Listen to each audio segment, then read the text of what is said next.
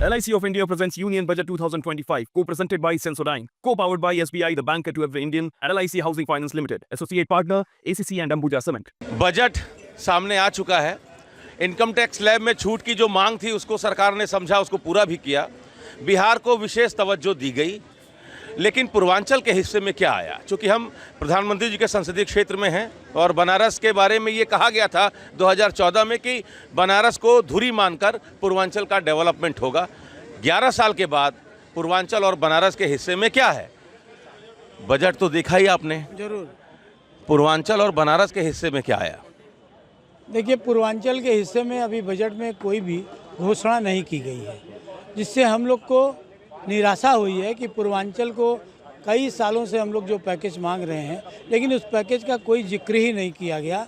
सब मिला करके ये 2047 को मद्देनज़र रख के इस बजट को बनाया गया है। और मैं समझता हूँ टैक्स स्लैब में जो डिडक्शन हुआ है वो मध्यम वर्गीय लोगों के लिए बहुत ही लाभ है, बहुत ही अच्छा है। लेकिन आज मध्यम वर्गीय व्यापारी, जिसका कि हम लोग बहुत दिन से मांग कर रहे हैं, ऑनलाइन व्यापार से मध्यम वर्गीय व्यापारियों की कमर धीरे धीरे टूटती जा रही है। आज स्थिति ये है कि 50% से ज़्यादा व्यापारी ऑनलाइन से पीड़ित हैं। जो मेरा दर्द है, ये दर्द है कि हम लोग इसके लिए भी मांग किए गए थे, लेकिन आज तक सरकार ने इस पर कोई भी ध्यान नहीं दिया और आज मध्यम वर्गीय व्यापार धीरे धीरे समाप्त हो रहा है। अब बड़े व्यापारी धीरे धीरे और ऊंचाई पर जा रहे हैं, जिसको कि लेकर छोटे व्यापारियों में घोर निराशा है। इन्होंने कहा कि पूर्वांचल के हिस्से में कुछ नहीं आया, लेकिन इनकम टैक्स स्लैब में जो छूट मिली, टूरिज्म सेक्टर के लिए स्पेशल पैकेज दिया सरकार ने। ये ठीक है कि बिहार पर विशेष नज़र रही, चूँकि इलेक्शन ईयर है, आप जानते हैं, लेकिन ऐसा तो नहीं कि टूरिज्म सेक्टर का अगर डेवलपमेंट होगा तो बनारस उससे अछूता रहेगा। टूरिस्ट सेक्टर में जो छूट दी है, आप लोग खुद देख रहे हैं कि बनारस में जिस हिसाब से बाहर के यात्री आ रहे हैं वो अविश्वसनीय हो चुका है। आज के दिन जो परिस्थिति है वाराणसी में या वाराणसी के आसपास, होटल में कमरे कम हैं।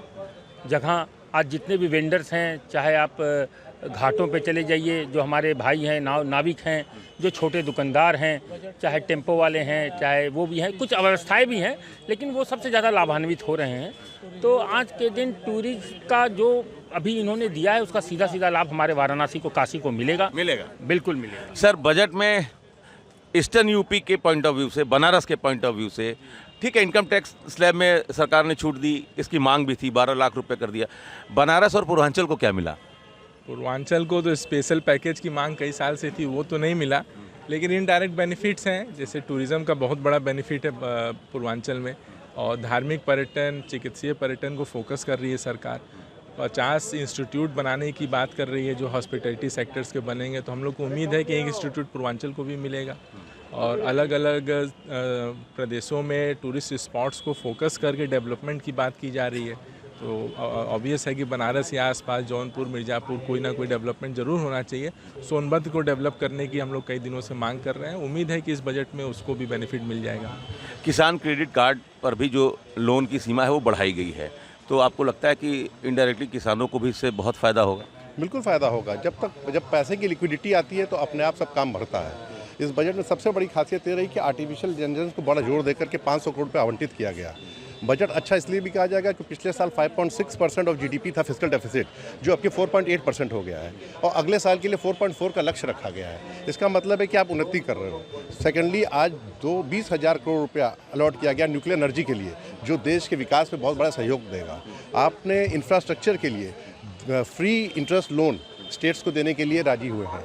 ये भी एक सेंट्रल की बहुत बड़ी उपलब्धि है। अभी सीनियर सिटीजन्स के लिए इंटरेस्ट इनकम को 50,000 से रिबेट बढ़ा करके 1 लाख कर दी गई है। इससे सीनियर सिटीजन्स को बड़ी राहत मिलेगी। 12 लाख कर की इनकम टैक्स की छूट लिक्विडिटी लेके आएगी, नए उद्योग लगाने में मदद करेगी। इससे आम मानस बड़ा संतुष्ट और बड़ा अच्छा डेवलप करेगा। तो सर, स्पेशल पैकेज को अगर छोड़ भी दे तो कुछ मिला? ईस्टर्न यूपी के हिस्से, पूर्वांचल के हिस्से, बनारस को कुछ मिला?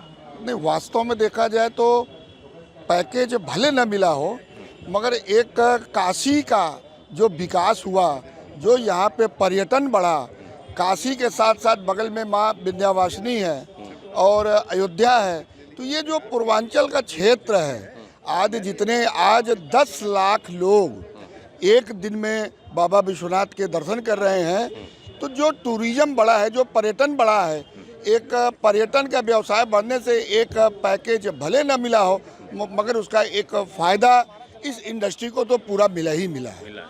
तो कुछ मिला बनारस को बजट में? एक बनारस को क्या, एक लंबे समय से जो मध्यम वर्गीय परिवारों की एक मांग थी, एक मध्यम वर्गीय लोग चाहते थे कि टैक्स में जो छूट की सीमा हमारी बढ़े। तो आप सोचिए कि लाख रुपए महीना कमाने वाला आदमी अगर साल का 12 लाख रुपए कमाता था तो कहीं ना कहीं 80,000 रुपये वो टैक्स भरता था।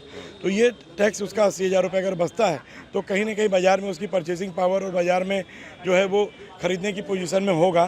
तो ये एक अच्छा निर्णय रहा है कि 12 लाख तक की आय को जो है छूट से बाहर किया गया है। और दूसरी चीज़, जो सीनियर सिटीजन के लिए जो 50,000 रुपये TDS तक की छूट थी उसको भी बढ़ा करके 1 लाख रुपये किया गया है। तो कहीं ना कहीं दोनों चीज़ें ठीक हैं और मध्यम वर्गीय परिवारों के लिए मिला के ठीक है। एक हम लोगों के मन में चीज़ें थी कि पूर्वांचल के लिए एक विशेष पैकेज की, तो इसकी कोई घोषणा नहीं हुई है और हम लोगों को लगता था कि पूर्वांचल के लिए एक विशेष पैकेज आना चाहिए था।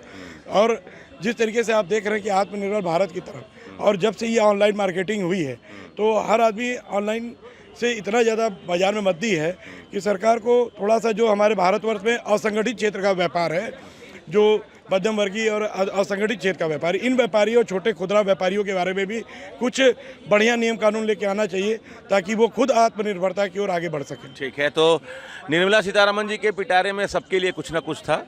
मध्यम वर्ग के लिए स्पेशल जो मांग थी सर्विस क्लास की, नौकरी पेशा लोगों की, कि इनकम टैक्स का दायरा बढ़ाया जाए, स्लैब में छूट मिले, वो पूरा किया है सरकार ने। 12 लाख तक की आय पर अब टैक्स नहीं लगेगा।